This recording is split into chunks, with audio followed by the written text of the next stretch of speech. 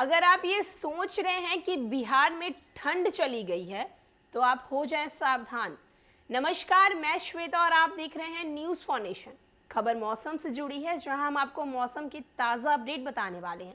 राजधानी पटना से लेकर बिहार के अन्य जिलों के बारे में बताने वाले हैं कि आने वाले दिनों में ठंड का जो प्रकोप है वो बढ़ेगा या फिर घटेगा।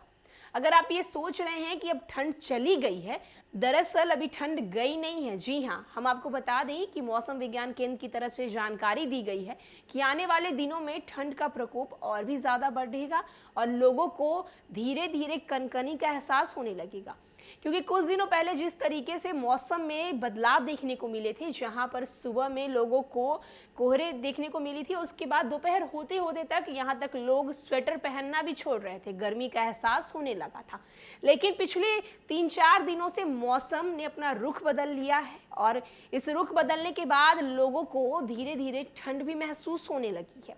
वहीं टेम्परेचर में भी गिरावट देखने को मिला है। क्या कुछ है मौसम को लेकर और भी कुछ ताज़ा अपडेट हम आपको बताते हैं। बिहार में सर्दी का प्रकोप अभी नहीं जाने वाला है। अगले 2 दिनों में ठंड और बढ़ेगी। इस दौरान न्यूनतम तापमान में गिरावट दर्ज की जाएगी। वहीं रविवार को पटना सहित राज्य भर में न्यूनतम तापमान में भारी कमी आने से ठंड में काफी बढ़ोतरी हुई है। मौसम विभाग के पूर्वानुमान के मुताबिक खगड़िया और फारबिसगंज को छोड़कर प्रदेश भर में पछुआ हवा का पसार बढ़ गया है, जिससे ठंड और कनकनी महसूस हो गई है। पटना में सुबह में घना कुहासा छाया रहा है। राज्य भर में सबसे ठंडा गया रहा है, जहां न्यूनतम तापमान 5.7 डिग्री रिकॉर्ड किया गया है। खगड़िया में न्यूनतम तापमान में 6 डिग्री की कमी आई है। पटना की अगर हम न्यूनतम तापमान की बात करें तो पिछले 24 घंटे में 4.5 डिग्री की कमी आई है। 5 दिनों के बाद पटना का न्यूनतम तापमान 10 डिग्री से नीचे आ गया है। धूप से पटना समेत सूबे के अधिकतम तापमान में आंशिक बढ़ोतरी हुई है। 5 दिनों तक प्रदेश में शुष्क और ठंडी हवा चलेगी, लेकिन 2 दिन बाद न्यूनतम तापमान में 2 से 3 डिग्री की कमी आ सकती है। कोहरे में बढ़ोतरी से रविवार को पटना का मौसम बदल गया है। इसका असर विमानों की आवाजाही पर भी पड़ी है। सुबह 8:30 बजे तक पटना एयरपोर्ट के रनवे पर मात्र 50 मीटर की दृश्यता थी। धीरे धीरे ये दृश्यता में सुधार हुआ और पटना में पहली फ्लाइट 11:15 बजे उतर सकी।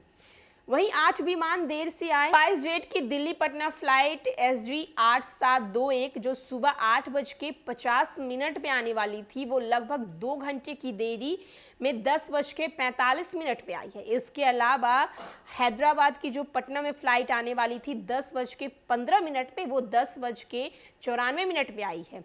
वहीं हम आपको बता दें कि इसी तरीके से पटना की सारी फ्लाइटें जो हैं वो लेट हो रही थी मौसम के कारण।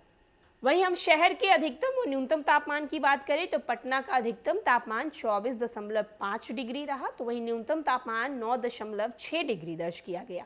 गया की अगर हम अधिकतम तापमान की बात करें तो 25.6 डिग्री दर्ज किया गया और न्यूनतम तापमान की बात करें तो 5.7 डिग्री दर्ज किया गया। नवादा की अगर हम बात करें तो अधिकतम तापमान 24.1 डिग्री दर्ज किया गया और न्यूनतम तापमान 8.8 डिग्री दर्ज किया गया। औरंगाबाद की बात करें तो अधिकतम तापमान 24.5 डिग्री दर्ज किया गया और न्यूनतम तापमान 7.7 डिग्री दर्ज किया गया।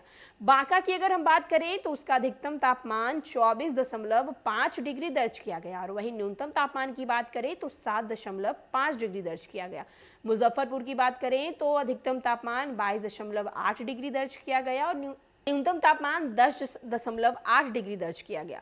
खगड़िया में न्यूनतम तापमान में 6 डिग्री, पटना में 4.5 डिग्री, समस्तीपुर में 5.1 डिग्री, मुजफ्फरपुर में 3.8 डिग्री, वाल्मीकि नगर में 3 डिग्री, रोहतास में 4.4 डिग्री, औरंगाबाद में 6.2 डिग्री, गया में 7 डिग्री, नवादा में 5.5 डिग्री, शेखपुरा में 4.9 डिग्री, समस्तीपुर में 5.1 डिग्री, भागलपुर में 3 डिग्री की गिरावट आई है।